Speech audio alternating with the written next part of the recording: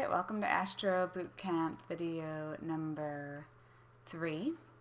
And Astro Camp. That's awesome. Has that happened to you? You're just like combine things? All right, I'm leaving. I'm going with it. Okay, so that's number 3. And today we're doing something totally different because what I've seen is that in astrology, people just keep trying to like plug away at like memorizing these details, and you lose momentum because you're not actually applying it. So how do we apply what we've learned? Well, first, let's just make sure we're on the same page with what we've learned. So you know the 12 signs, okay? You know that they're made up of 4 elements and 3 modes. And you understand what's going on with the elements, and you understand what's going on with the modes, right? You have very basic understanding. The planets are moving through the signs, etc., etc., etc. You don't have to know everything to know something in astrology. I think that should be like my slogan, because it's true. You don't. What I want to focus on today is relationships, dude, and in how astrology can help you understand your relationships. Because if you haven't noticed in life already, you either tend to magnetize people or repel them, right? There's either that like person across the room and like you catch eyes and you totally get each other right away, or you're like, oh God, I don't want to work with them, I don't want to be with them, or whatnot. Now, there also is a condition where you kind of magnetize and repel at the same time. This is confusing, but this is all seen in astrology. So you can actually have a way to verify and feel very confident about all those inner like feelings and emotions you have to understand what's going on. Now let's get clear about what I mean by magnetize and repel, because the mind can make up a whole lot of things, right? When I'm talking about a magnetized energy, talking about a certain ease and flow that happens in a relationship. You finish each other's sentences. You kind of just get each other. You have the same way of looking at things. Your perspectives are complementary.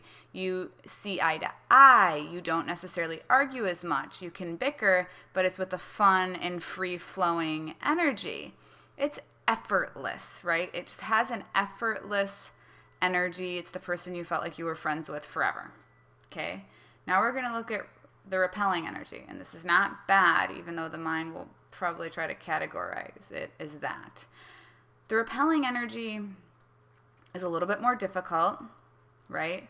And it's a little bit more challenging. It's making you learn. So there is this kind of a little bit more of a forced energy because maybe you don't see eye to eye, right? And you don't necessarily get each other right away, and to be in a relationship with somebody like that, it forces growth.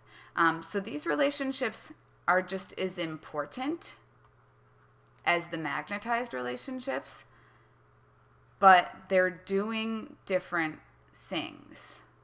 Like one is the in-breath and one is the out-breath. Do you know what I'm saying?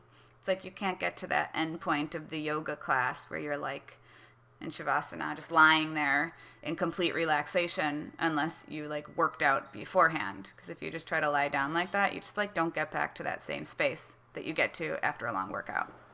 Got it? So this is what we're looking at. This is what I'm going to teach you today. And I had to clarify that because everything I teach, it's so important that, you know, with the words I'm using, you're totally understanding my meaning, because words can do that, right? You can see things not clearly because you're building off of your constructs in your mind, and I'm using what I got. So, okay, so you know your sun sign already, right? And the sun sign is all about that individual expression and personality. So we can already start with what you know about your sun sign to see like who are your friends, who did you marry, like who's in your family, which ones do you get along with, which ones do you not. And so you're gonna go, and your mission, if you choose to accept it, is to find out the sun signs of your friends, your family, parents, children, siblings, whatnot, co-workers, and boss. Now, don't do anything creepy and be like, I'm doing this boot camp and I need to know what your sun sign is to know if we're attracted or repelled. Please don't do it. Don't do it. Just say, hey, what's your sign? Right? What's your sign? It's not as creepy when it's not like a pickup line, right? You're just like, oh, hey, what's your sign? Or you could also just say, hey, when's your birthday? Right? You can get this information really easily. Okay, so we magnetize by element. So this is really important to remember. We magnetize by the element. So what this means is that fire understands fire, right? This is going to be that complementary element. And I want to show you something really cool, because you're going to be able to begin to see these shapes that may have confused you a lot, right? These are what aspects are in astrology. They're just a relationship between the signs. It's all about the relationship. So you see this triangle, that's the trine in astrology. And what it means is fire understands fire, understands fire, okay? The magnetized element. So if a sun sign is in Aries, the first fire sign in the zodiac, okay, boop, it's going to understand and get the second sign in the zodiac, Leo, and it's going to understand that last one, Sagittarius. So if one of your sun signs is a fire sign, go ahead and write down Aries, Leo, Sagittarius. I guarantee that a lot of your friends, a lot of the people you connect with are going to fall and have a sun sign that is either Aries, Leo, or Sagittarius. I can't tell you how much, and we'll do the earth next. For the earth element, I swear to God, I kept constantly hiring people with earth element, working with people with earth element, doing readings for people with earth element, not even intentionally at all. It just kept happening. So every time I have a connection with someone, I already know that they're probably either a Taurus, Capricorn, or Virgo. It happens so much that now I just kind of see it and get it. So that's how the elements magnetize. It's this relationship between them, but now you get it because it's that deeper kindred element. So let's just give you the earth so you guys can work this little formula and double check. So the earth elements that magnetize each other are Taurus, Virgo, and Capricorn. So go ahead and write that down if you're an earth element and see if you can figure out, well, are your friends family? Are they earth? Like who you're getting along with really well? See if this actually shows up. See if this is real for you. If astrology really brings a depth to your life. So that's earth. We're going to do water next. Air. Once again, magnetized through element. This is why these signs get along. Air. We're starting with Gemini. Gemini gets along with Libra. Okay? Magnetized. These all are magnetized to Aquarius, too. So this is that magnetized energy. Make sure you jot down your trinity, your three, for who you magnetize to right now, so you can go out there and double check, see if astrology is getting it right. And let's do our last one, water. All right, so this is our last one. It's water. And what we're working with now is Cancer, is magnetized to Scorpio, is magnetized to Pisces. So make sure you write this down if you have a sign that's a water element, so that you can go investigate and see, is this really happening in your life? Are you surrounding yourself? Are you connecting with your magnetized element? Now, of course, you probably want to know all about the repelling factor. I find that people are very much motivated to understand that, if only because it can jar you and you can feel like, what is wrong with me? I can't get along with this person, when really it's just kind of a elemental thing. Okay, so we saw that like the first kind of magnetized energy was creating that triangle, which is called a trine in astrology, and it's that flowing magnetized energy. That's through the elements. So this repel factor, okay, this kind of inability to see eye to eye, or forced, we're going to call this forced growth. I like that much better. Forced growth has everything to do with the modes, okay? So let's look at this. So this is a cardinal sign, right? This is a cardinal sign. This is a cardinal sign. And this is a cardinal sign. So you're going to begin to see what the shapes really are signifying in astrology. And that's so freaking cool to me, because I feel like aspects and all this weird, like, other shenanigans languages can be so overwhelming. But that's the square, okay? Associated with the 90-degree angle. And it's tense, right? This is that repel factor. And it creates, you know, this intense sort of relationship.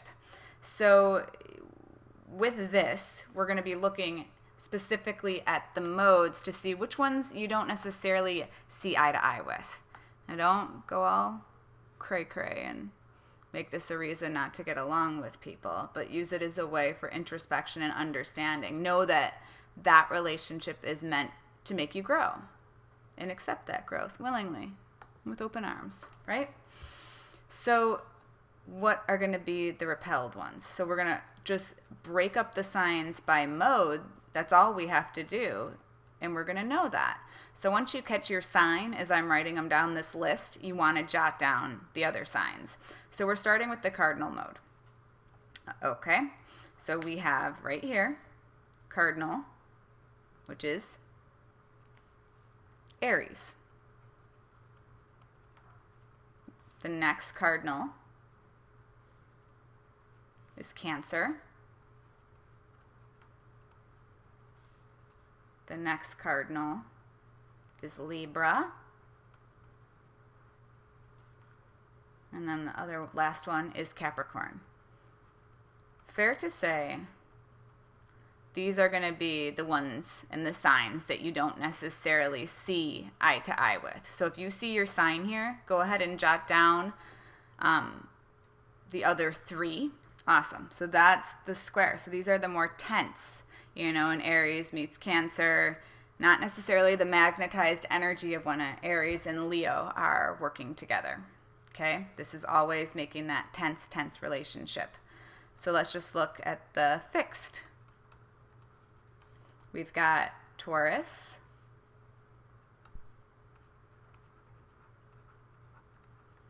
We've got Leo. We've got Scorpio. And we've got Aquarius. And I am going to show you the tricky thing at the end of this, where you get the repel and the magnetize at once. But if you see your sign here, go ahead and jot down the other three, because those are going to be the ones that you tend to not necessarily magnetize easily with. And we're going to finish this up with the mutable. And this is going to be Gemini. Write that there. Virgo. And Pisces. Oh, I skipped one. Ha! And Sagittarius. Okay, so once again, jot this down if these are your signs, so you can get an idea of the other three signs that you definitely don't always necessarily magnetize to. So there is something a little crazy that does occur. So in astrology, there are complementary elements, right, that you do jive with, maybe not like immediate kindred like the other ones, but you always get along. And I'm going to show you that so you can see what happens for this magnetized, repelled It's like those the one night stand relationships where you thought you were in love and it blew up, didn't work out sort of energies. Okay. All right. So you know the 4 elements. They each have a complement, which I touched on slightly when we first talked about the elements. But water and earth are complementary elements, meaning they get along easily, and fire and air. Now, I won't go into like the whole in-depth shenanigans on this right now. You can always check it out. I do write about it in my book, Claiming Your Power Through Astrology, and you do an exercise on this. But what you need to know now is just these are complementary. So there's this curious relationship happening, which is called the opposition in astrology, okay? And you've probably heard and seen that word a lot, like Venus is opposing Mars or something like that, and there's all this interpretation to it, but nobody knows what anybody's talking about, right? So the opposition is it's the 2 signs on the opposite side of the zodiac. So Aries, okay, is always the opposite of Libra in the zodiac. And Taurus is always the opposite of Scorpio. And Gemini is always the opposite of Sagittarius. Cancer is always the opposite of Capricorn. Leo, the opposite, you're just following me here, Aquarius. And then Virgo, the opposite of Pisces. Want to give you a heads up on this specific energy dynamic. It's called the opposition, and yet it has both a magnetized effect, kind of, in a way, with complementary elements, and then also the repelling effect with the modes.